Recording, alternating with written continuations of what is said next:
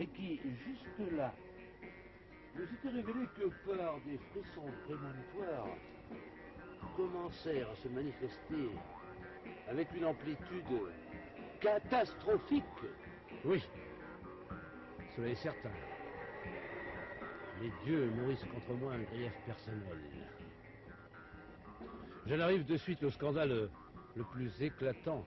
Les gazettes de Rome et de la province se sont entretenues pendant plusieurs jours. Vous savez que les fonctionnaires en disponibilité sont chargés de menus corvées honorifiques, comme remise des prix aux citoyens méritants, encouragement à la milice et aux pompiers, célébrations, anniversaires, concours de déclamation. Mon talent de parole et mon don romain pour balancer la période et les arguments me distinguaient particulièrement pour ces tournées. L'administration m'avait donc délégué ce jour-là à Ardé, l'antique capitale des routines. J'étais chargé de remettre une couronne de feuillage au Jupiter local pour le remercier des bons services qu'il n'avait cessé de fournir pendant une longue suite de siècles à la municipalité.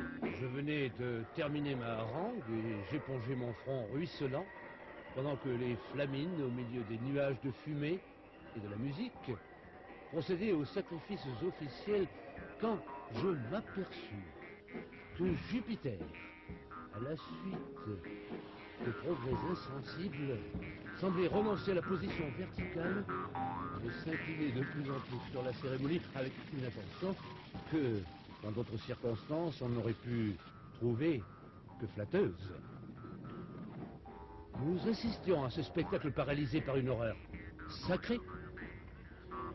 Et les flamines, tout affairées autour de leurs cochons, qui, non sans protestation stridente, allaient succéder sur l'autel aux béliers et aux taureaux, ne s'apercevaient de rien.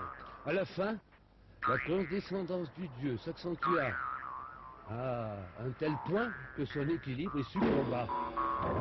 Et que dans un énorme fracas de poussière et de fumée, il s'écroula sur les assistants. Et, littéralement, je ne trouve pas d'autre expression, les écrabouilla. Comment vous dépeindre la confusion, ces ténèbres suffocantes, ces brasiers renversés, et dominant tout autre sentiment, cette épouvantable odeur de guano. Car depuis des siècles, les oiseaux de nuit accumulaient leur déjection à l'intérieur de notre auguste protecteur, et tout l'édifice était rempli du vol sinistre de ces oiseaux effarés.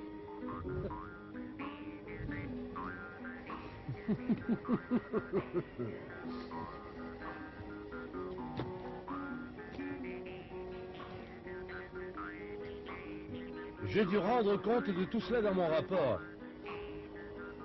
Et il ne fut pas longtemps à m'apercevoir, dans les yeux des appariteurs, que le patron n'était pas content. Car les bureaux sont enclins à décliner les responsabilités qui sont aussi adroits à les dépister. Je prenais figure de spécialiste en catastrophe.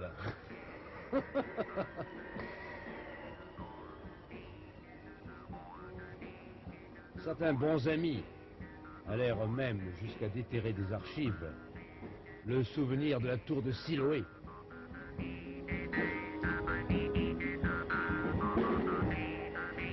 Hélas, comme pour leur donner raison, cet événement ne fut que le premier d'une longue suite de phénomènes suspects auxquels ma présence semblait fournir l'ingrédient déterminant.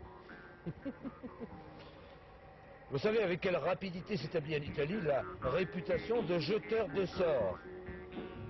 Ma tête ne tarda pas à s'adorner de cette auréole funeste.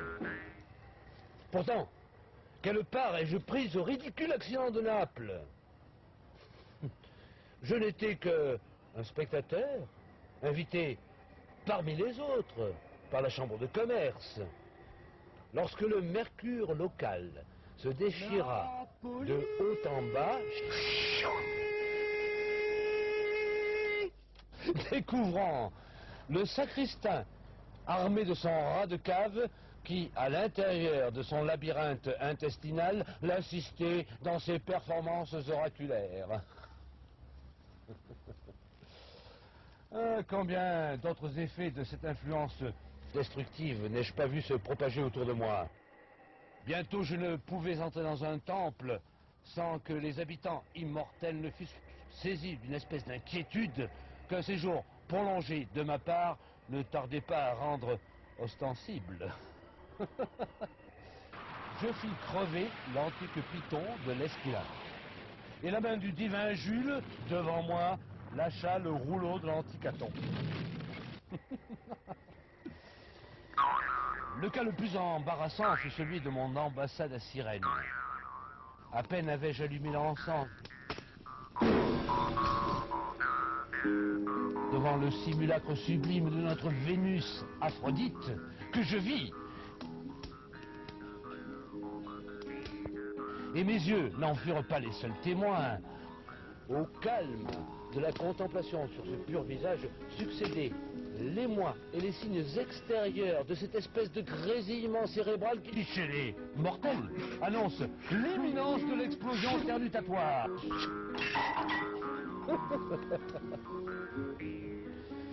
Ce que des siècles d'exposition au courant d'air dans cet état de dépouillement n'avaient pu réaliser, quelques grains d'encens répandus de main à main, en quelques secondes venaient de l'obtenir.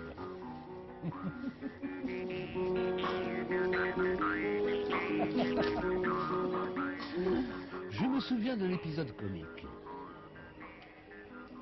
J'étais en tournée d'inspection fiscale, accompagné d'un ami, et nous étions arrivés chez un vieux Richard qui, depuis des années, arrivait à déjouer les investigations du Trésor.